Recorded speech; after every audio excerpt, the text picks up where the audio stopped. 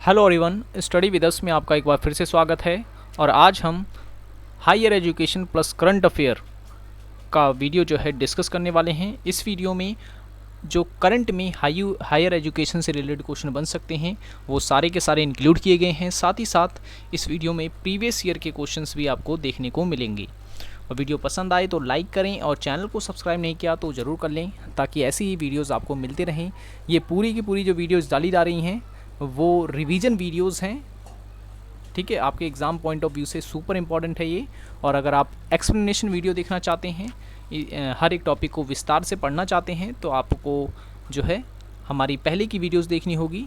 उसके लिए लिंक जो है वो मैंने डिस्क्रिप्शन में दे दिया है, जहाँ पर जाकर आप हमारी सारी वीडियोज़ को देख सकते हैं, ठीक है।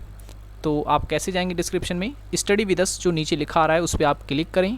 स्टडी विद अस को जैसे ही क्लिक करेंगे आपको खूब सारे ऑप्शन आ जाएंगे ऊपर। वहाँ पर प्लेलिस्ट का जो ऑप्शन होगा वहाँ पे क्लिक करते ही आपको वहाँ पर NTA NET पेपर 1 के नाम से एक फ़ोल्डर मिल जाएगा, ठीक है।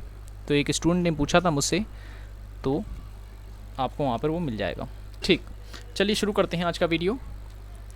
पहला क्वेश्चन ये है कि दिव्यांग बच्चों के पुनर्वास में लगे अध्यापकों को अपना पंजीकरण अनिवार्य रूप से डैश से कराना चाहिए, ठीक है। डैश से कराना चाहिए। कहाँ से कराना चाहिए? तो इसका सही आंसर है option number D. Option number D, RCI से, ठीक है। RCI से अपना जो है रजिस्ट्रेशन करवाना चाहिए। नेक्स्ट क्वेश्चन है, Indian institute of advance study स्थित है। कहाँ पर है ये? Indian institute of advance study कहाँ पर है? तो इसका सही आंसर है ऑप्शन नंबर ए, शिमला में, ठीक है। शिमला में ये स्थित है। तो वीडियो के दौरान मैं आपको कुछ क्वेश्चंस भी दूंगा जिनका आंसर आप मुझे कमेंट बॉक्स में बताएं, ठीक है। इससे फ़ायदा ये होगा कि आपको जो पॉइंट्स हैं वो अच्छे से याद हो जाएंगे। नेक्स्ट क्वेश्चन है, नेक जिसे हम कहते हैं NAAC यानी NAAC, नेक जो है कि संशोधित ग्रेडिंग प्रारूप के अनुसार उच्चतम ग्रेड है। तो उच्चतम ग्रेड किसे माना जाता है? तो उसका सही आंसर है ऑप्शन नंबर सी, A++ को जो है उच्चतम ग्रेड माना जाता है। फिर उसके बाद आता है A+ और फिर आता है A, ठीक है। तो इस तरीके से होता है। नेक्स्ट है, भारत में दूरस्थ शिक्षा की नियामक संस्था है, तो कौन सी है? आई होप कि आपने आंसर जो है गेस कर लिया होगा,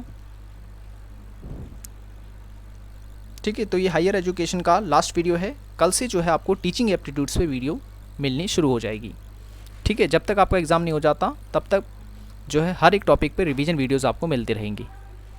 तो इसका सही आंसर है ऑप्शन नंबर डी, UGC। एक मिनट, क्वेश्चन पूछ रहा है कि भारत में दूरस्थ शिक्षा की नियामक संस्था, हाँ UGC है, ठीक है। नेक्स्ट है, विश्वविद्यालय अनुदान आयोग के प्रथम अध्यक्ष कौन थे?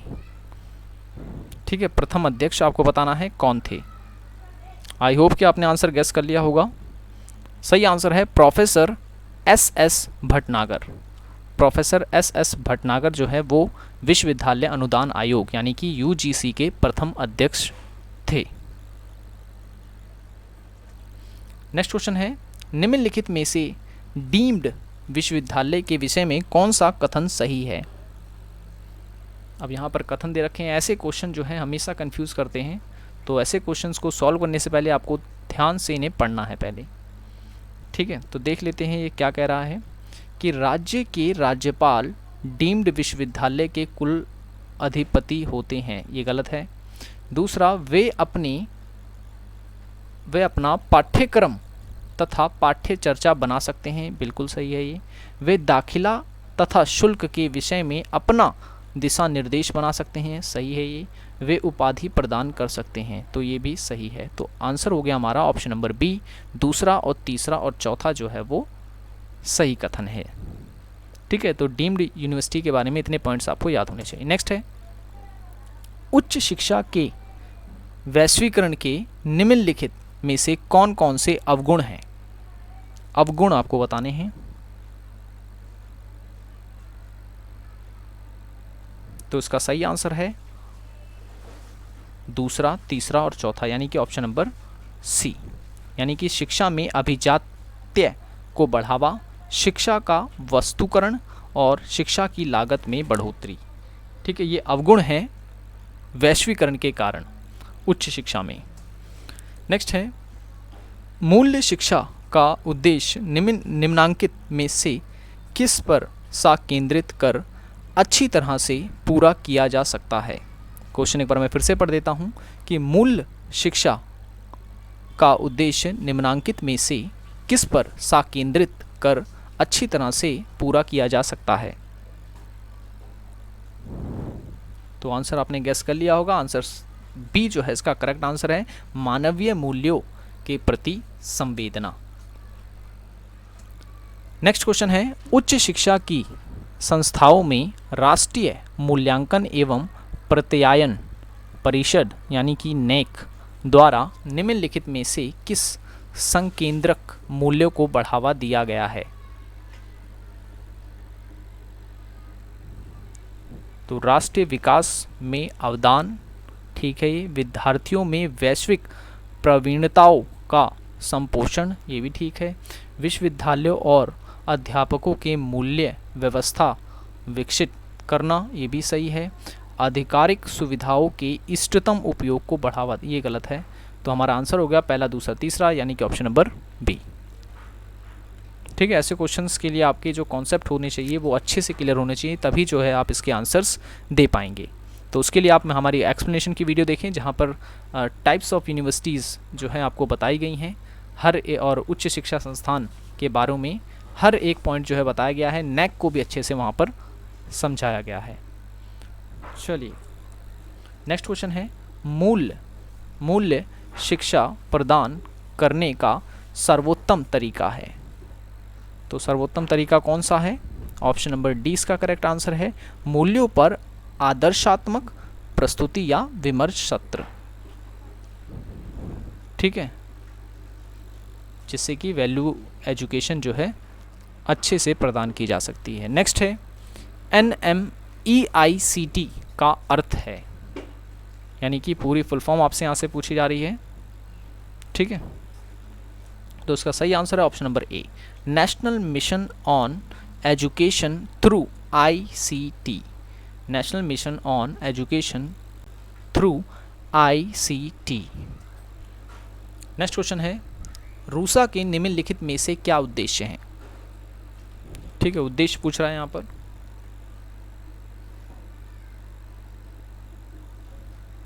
तो पहला है सरकारी संस्थाओं की समग्र गुणवत्ता में सुधार करना, ये सही है।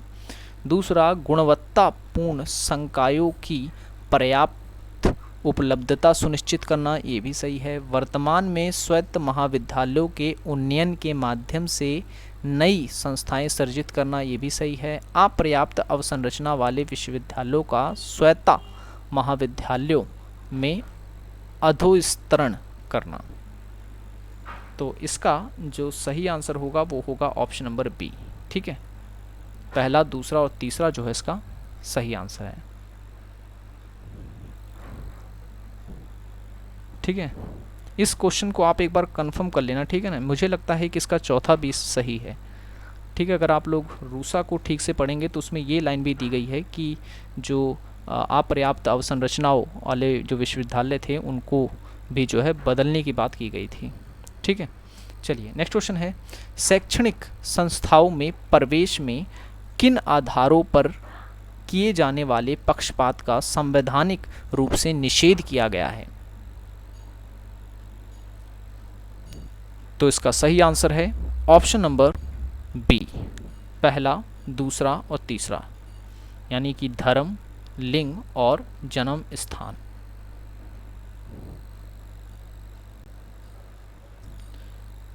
नेक्स्ट क्वेश्चन है, विश्वविद्यालय अनुदान आयोग को निम्नांकित में से किन उद्देश्यों के लिए गठित किया गया था? तो पहला ये बता रहा है अनुसंधान के उन्नयन और उच्च शिक्षा के विकास के लिए, ये सही है। संभावनाशील अधिगम वाले संस्थानों की पहचान एवं उन्हें उसी रूप में बनाए रखने के लिए, ठीक है। शिक्षकों का क्षमता निर्माण करने के लिए, ठीक है। भारत की उच्च शिक्षा क्षेत्र की प्रत्येक संस्था को स्वायत्तता प्रदान करने के लिए, ठीक है। तो इसका सही आंसर हो जाएगा ऑप्शन नंबर ए, पहला, दूसरा और तीसरा। चौथा जो है ये नहीं हो सकता।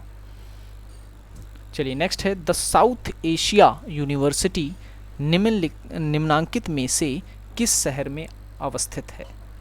द साउथ एशिया यूनिवर्सिटी निम्नांकित में से किस शहर में अवस्थित है?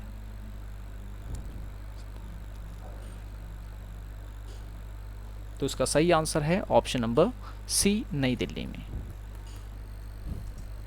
नेक्स्ट है, वर्तमान में भारत की उच्च शिक्षण संस्थाओं में सकल नामांकन अनुपात यानी GER लगभग क्या है? तो इसका सही आंसर है ऑप्शन नंबर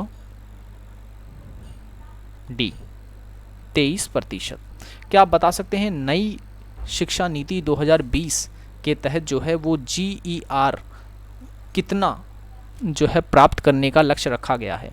क्या आप मुझे बता सकते हैं GER यानी कि सकल नामांकन अनुपात नई शिक्षा नीति के तहत जो है कितना प्रतिशत का अनुमान रखा गया है, कितनी ग्रोथ करेगा? ठीक है। नेक्स्ट क्वेश्चन है, निम्नलिखित में से किन तरीकों से भारतीय नागरिकता प्राप्त की जा सकती है? तो पहला है जन्म, ठीक है, किसी स्थान पर अगर आपका जन्म होता है भारत के। दूसरा डिसेंट यानी कि आपकी पीढ़ी यहाँ पर रहती आई हो, या देशीकरण हो आपका, ठीक है, राज्य क्षेत्र में मिल जाने से, ठीक है। तो इसका सही आंसर होगा ऑप्शन नंबर डी, पहला, दूसरा, तीसरा और चौथा। इन सभी तरीके से भारत में नागरिकता प्राप्त की जा सकती है। नेक्स्ट है, निम्नलिखित में से कौन सी संस्थाएं विश्वविद्यालय अनुदान आयोग अधिनियम 1956 के अधीन डिग्री देने या प्रदान करने के लिए सक्षम है? तो देख लेते हैं, संसद के अधिनियम द्वारा स्थापित विश्वविद्यालय, ये सही है। विधानमंडल के अधिनियम द्वारा स्थापित विश्वविद्यालय, ये भी सही है। भाषाई अल्पसंख्यकों द्वारा, ये गलत है। तीसरा, विश्वविद्यालय समझी जाने वाली संस्थाएं, ठीक है। तो पहला, दूसरा और चौथा इसका सही आंसर ऑप्शन नंबर सी, ठीक है। 68 नंबर के क्वेश्चन का आंसर जो है वो है option number C. Next question है, विश्वविद्यालय अनुदान आयोग द्वारा वर्ष 2014 में अभिनिर्धारित जाली संस्थाओं विश्वविद्यालयों की अधिकतम संख्या निम्नांकित में से किस राज्य संघ राज्य क्षेत्र में है? तो इसका सही आंसर है option number B, Uttar Pradesh. Next है, निम्नलिखित में से कौन सा संगठन शैक्षणिक योग्यता में क्षमता निर्माण कार्यक्रम से संबंध रखता है? क्षमता निर्माण कार्यक्रम से संबंध रखता है। तो इसका सही आंसर है ऑप्शन नंबर डी, NUEPA। क्या आप मुझे NUEPA का पूरा नाम बता सकते हैं? देखते हैं कमेंट में कौन सबसे पहले बताता है। नेक्स्ट क्वेश्चन है, निम्नलिखित में से कौन केंद्रीय विश्वविद्यालय है? तो उसका सही आंसर है पांडिचेरी विश्वविद्यालय है, विश्व भारती है, HNB गढ़वाल विश्वविद्यालय भी है, कुरुक्षेत्र नहीं है, ठीक है ना। तो पहला, दूसरा